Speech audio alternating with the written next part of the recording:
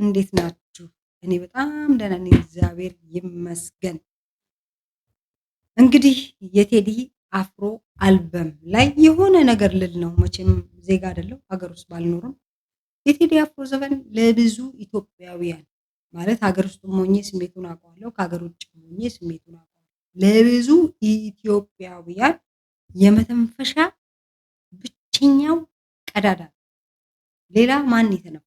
የለም። ከስጋ ቤት የዘለለ አይደለም ዘፈኑ። ሽንጧ ዳሌዋ ገለመሌዋ ምናምን ነው። እንደዚህ ብለውሽ እንደዛ አሉሽ እንደሱ ነው። የቴዲ አፍሮ ግን ስብከት ነው የሚመስለው፣ ታውቃላችሁ? ስብከት። በዛ ላይ ደግሞ የተጨቆናችሁት ምን ያላችሁት የስንት ዓመት ነገር በ5 ደቂቃ ዘፈን ሲል አስባችሁታል?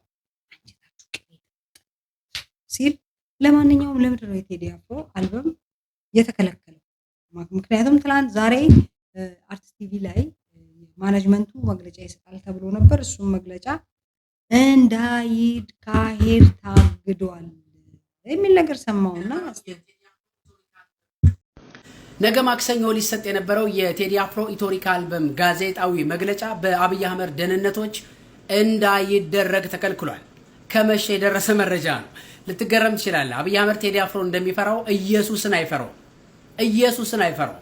እንግዲህ የቴዲ አፍሮ ኢትዮሪካ አልበም የፊታችን ሐሙስ ይለቀቃል። ከዛ በፊት የሚዲያ አጋር የሆነው አርቲስት ቲቪ አልበሙን በማስመልከት ጋዜጣዊ መግለጫ ነገ ማክሰኞ ይሰጣል ተብሎ ይጠበቅ ነበር ከቴዲ አፍሮ ማኔጅመንት አባላት ጋር።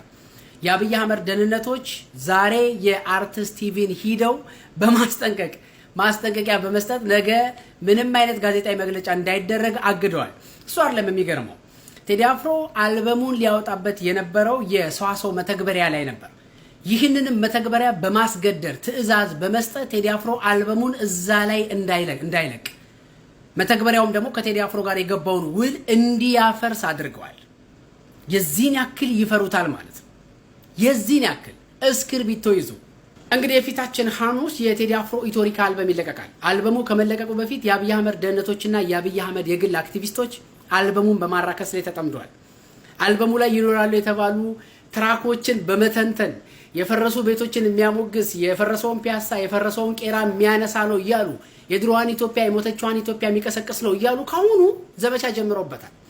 ዚስ ማች አብይ አህመድ በዚህን ያክል ደረጃ ይፈራዋል ቴዲ አፍሮ። አሁንም እርግጠኛ ማን ሆኖ ነገር ሐሙስ የሚለቀቀው አልበም ላይ ማክሰኞ ወይ ሮብ ሰው ጨፍጭፎ ሀገሪቷ በሐዘን ላይ ሆና እንግዲህ ቴዲ አፍሮ እንደለመደው ኤክስቴንድ እንዲያደርግ አልበሙን ሳይወጣ እንዲቀር ለማድረግ ሁሉ ጥረት እንደማያደርግ እርግጠኛ ልንሆን አንችልም። እኔ በበኩሉ የቴዲ አፍሮን አልበም በጉጉት ነው የምጠብቀው። ታውቃላችሁ? እኔ ብቻ አይደለሁም፣ መላ ኢትዮጵያ ሕዝብ ይጠብቀዋል። ለምን እንደሆነ ታውቃላችሁ? ሞር ሕዝብ ነፃነት ባጣ ቁጥር ደፍሮ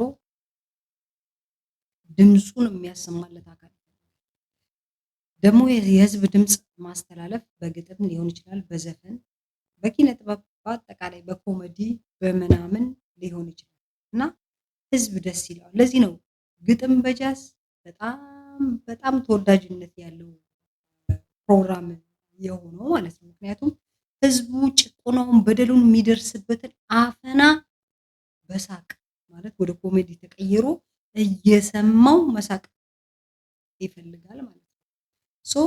ህዝብን ባፈናችሁት ቁጥር ህዝቡ ደግሞ ማለት ነው እናንተ የጠላችሁትን ነገር በማንገስ ቀዳሚ ይሆናል ማለት ነው።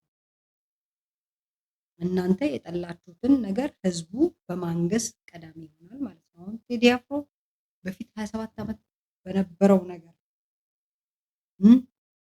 ካለው ተቀባይነት በላይ አሁን ያገኘው ተቀባይነት እጥፍ ድርፍ ነው በዚህ 8 ዓመት ውስጥ ማለት ነው። ይህ ደግሞ በዛ ላይ ኢንተርናሽናል አርቲስት ነው። ዘፈኖቹ ቢልቦርድ ላይ ብዙ ጊዜ የቆዩ ማለት ነው። ስለዚህ ቴዲ አፍሮ ድምጻችን ነው። ለህዝብ ደግሞ የገባውን ቃል ያከብራል። ነገ በዩቲዩብ ላይ ሐሙስ ነው አይደል? ዛሬ ማክሰኞ ነው። ሐሙስ በዩቲዩብ ላይ እንጠብቃለን ማለት ነው። ምንም ቢሆን ምንም አልበሙ ይለቀቃል። እኛም እስቲቃው ጥር አድርጎ ይዞን የነበረውን ነገር ፍስ እንለዋለን ስናዳምጥ። እንደዛ ቴዲ አፍሮ ያው የምንደሰትበት የምንተማመንበት ነው። በነገራችን ላይ አዎንታ በርሲሳ ቴዲ አፍሮ ላይ የሰራው ከፊንቴክ ጋር የተገኘ ሚስጥራዊ ሰነድ በሚል የሰራው ነገር ትክክል እንዳልሆነ እሱም ገብቶታል ይመስለኛል። ቪዲዮን አጥቼዋለሁ። እስቲ ገብታችሁ ቼክ አድርጉት። ቴዲ አፍሮ ላይ የሰራውን ይሄን ቪዲዮ አጥቼዋለሁ። ግቡና ቼክ አድርጉት በትክክል። ምክንያቱም እንግዲህ ፊንቴክን ከቴዲ አፍሮ ጋር ለማያያዝ የተደረገ ነገር ብዙም እንዳላስኬደ እንድታቁት። በዛ ላይ ደግሞ እንዳልኩት መንግስታዊ ደባ ይኖራል ብዬ ነበረ። መንግስታዊ ደባ ለመኖሩ እኔም አረጋግጫለሁ በዚህ ፖስት ማለት ነው። ምክንያቱም ቴዲ ፊንቴክ ከመባሉ በፊት የጎንደር ዩኒቨርሲቲ ጠርቶ ፒኤችዲ ምንድነው የሚባለው የክብር ዶክትሬት ሲያበረክትለት ሲሸልመው ሲሰጠው ፊንቴክ የሚባለው ሄሎ ታክሲ ይሁን ሄሎ መኪና ይባል በነበረበት ዘመን የሆነ ኢቬንት አዘጋጅቶ ቴዲ አፍሮን እንኳን ደስ አለ ብሎታል። ቴዲ አፍሮ እዛ አክብሮ ጥሪውን እዛ ፕሮግራም ላይ ተገኝቶ አገኘን የሚባለው ሰነድ ራሱ ዝም ብሎ ነው። ቴዲ አፍሮ ህዝቡ እንዲነሳበት ነበር የተፈለገው። ለምን አርቲስቶች ላይ ህዝቡ ተነስቷላ። የኢትዮጵያ ህዝብ እንደዚህ ነው። የሆነ ሰዓት ይነሳል፣ እውነቱ ሲገባው ደግሞ ይወርዳል። ቴዲ አፍሮ ላይ ልክ እንደነ ሰራዊት እነ መንሱር ጀማል ላይ እነ ሰለሞን ቦጋለ እነ ዳግማዊ ላይ እንደተነሳው ሁሉ ቴዲ አፍሮ ላይም ይነሳል ተብሎ የታለመች የተሰራች ዘገባ ነበረች። እኔ ነግሬያችኋለሁ። አሁንም ነገም ሆነ ዛሬ ትዝ ልበላችሁ፣ አወንታ በርሲሳ የሚሰራው ከመንግስት ጋር የሚያነጣጥረው ኤቭሪዴ ፖስቶቹን ያቸው ግለሰቦች ናቸው። በረከት ገበሬዋ ያን ሁሉ ነገር ስታረግ ከጀርባዋ አሉ ባለስልጣናት። እነማን ናቸው? ለምን ስለ በረከት ገበሬዋ ብቻ ትነግረናል? የፌዴራል ፖሊስ እኮ ከዚህ ቀደም ነግሮናል የምትላቸው ሰዎች እስቲ ከነሱ ጀርባ ያለውን ንገረን። አለቀ።